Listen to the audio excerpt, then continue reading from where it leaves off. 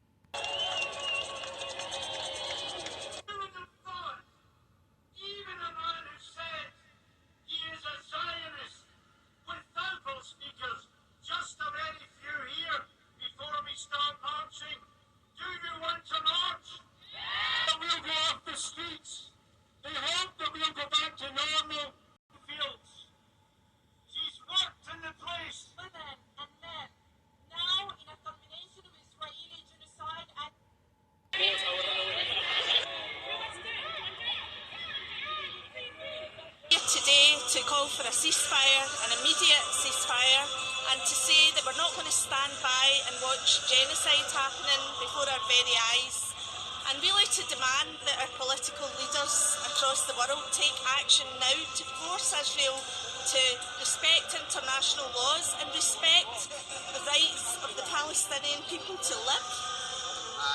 And gave a very clear message that the trade union movement won't stand by in silence and watch genocide take place.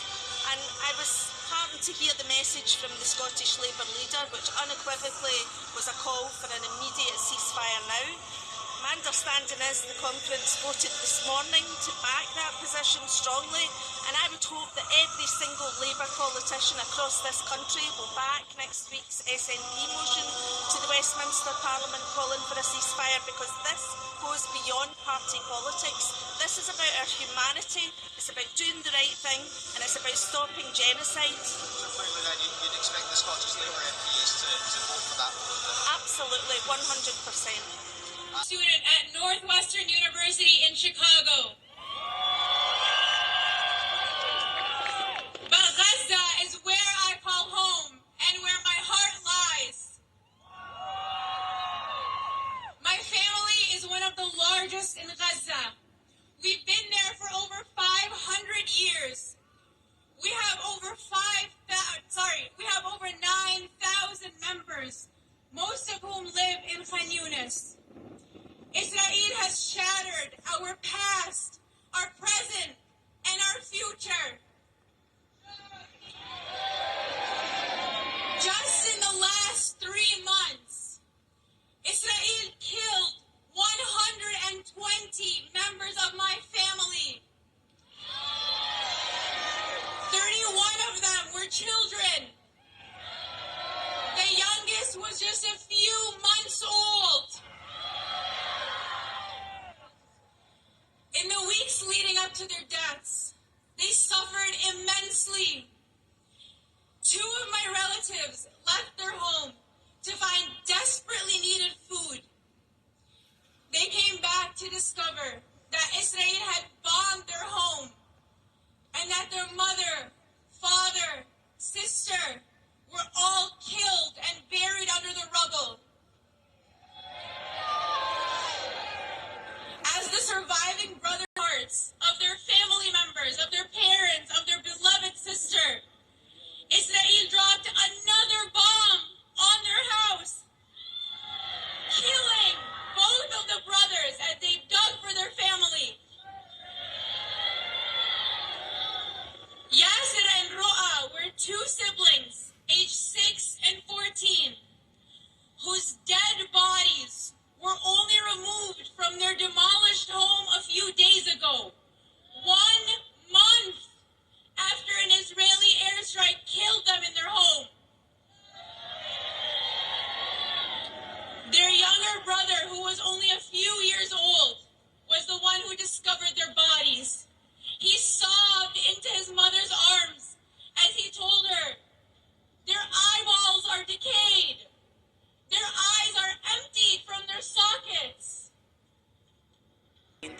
high school students from across New York City walked out of school to demand an immediate ceasefire in Gaza and an end to U.S. support for Israel's genocide of the Palestinian people.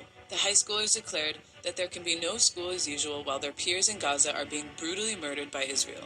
We did a walkout today because we believe that even though schools can't legally talk about the Palestinian war, I think it's only fair that students need to rise up and say something, because young kids, adults, mothers, fathers are all dying in the war, and it's not fair that we stay quiet while they're dying and we just have to get up and come to school.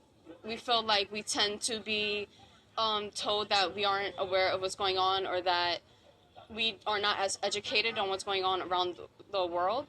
And so we want to show that we do know what's going on. We don't support this, even in our education system. Even being in New York in general, we have so many people who represent us who are like supporting a genocide, and we want to show that if nobody older is going to speak up, we are going to do exactly that.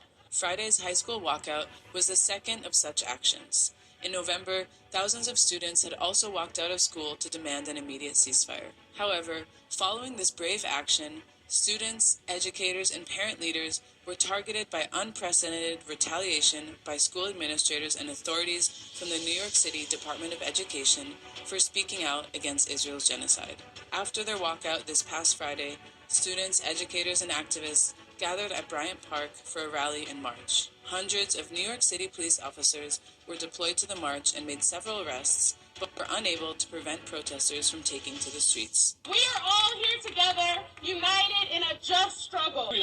And justice for Palestinians who have suffered at the hands of the United States-sponsored genocide.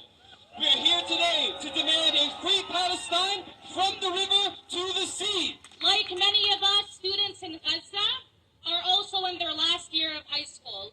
And if anyone has family in Palestine, you know how important the last year of high school is, also known as 𝓃𝓍𝓆. So students in Gaza in their last year of high school start preparing for this exam from their start of the academic year. So a typical student, a Palestinian student in Gaza that's in their last year of senior year, should be buried in their books. But instead, they're quite literally buried under rubble. Palestinians are dead or currently presumed dead under rubble. 379 destroyed schools. On behalf of Gaza, on behalf of children like Sidra and Hind, and students like us who deserve an education, but instead are facing the bombardment of the genocide state. Organizers declared that they will continue protesting along with millions across the globe to demand an immediate ceasefire and an end to Israel's brutal occupation of Palestine. A massive, massive march for Palestine, so large that you can't even see the end of it. There was a call to hit the streets to show their rage over the onslaught, the ongoing onslaught in Gaza right now. And as you can see, people have come out in the thousands. Now, across the United States, there's been politicians scaremongering about the possibility of Hamas-sponsored terrorist attacks. But as you can see behind me, the people of New York City were not deterred by the scaremongering and have shown out to show their support for the Palestinian resistance. Every Friday, hundreds of millions of Muslims around the world pray during their Friday prayers. But this week, Muslims across the globe took their prayers to the streets and expressed their opposition to the Israeli atrocities committed in Gaza.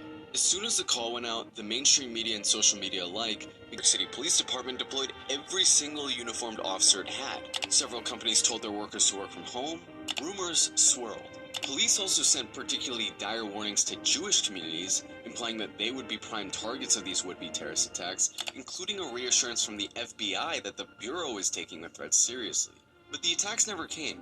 All we saw were massive, peaceful demos in the US and around the world, and this shouldn't really come as a surprise. When asked, every law enforcement agency stated that there was no credible threat. But that was never the point. The point was to intimidate people from protesting and to cast all protests as somehow connected to terrorism. There were, however, a number of real threats and attacks against Palestinians. In Chicago, a 6-year-old Palestinian boy was stabbed to death by his landlord before trying to then kill his mother. The murderer, Joseph Suba, repeatedly yelled, "You Muslims must die," while carrying out the attack. A Palestinian boy was beaten by 3 men waving Israeli flags in Bay Ridge, New York City, a densely Arab neighborhood.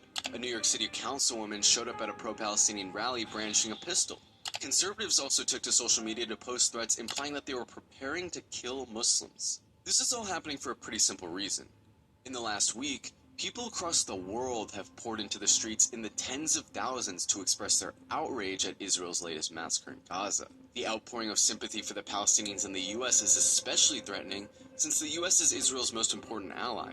If the people of the United States were to demand an end to support for Israel, it could spell the end of Israeli apartheid and cause big problems for U.S. imperialism in the Arab world. Israel and pro-Israel politicians in the U.S. have always accused pro-Palestinian activists of being anti-Semitic or supporting terrorism. But that really isn't working anymore. So now Israel and its supporters are trying something new, telling people that Palestinian terrorism is coming to America. The mayors of many of these major cities, Eric Adams in New York, Francis Suarez in Miami, Muriel Bowser in D.C., all enjoy huge support from the Israel lobby. So it comes as no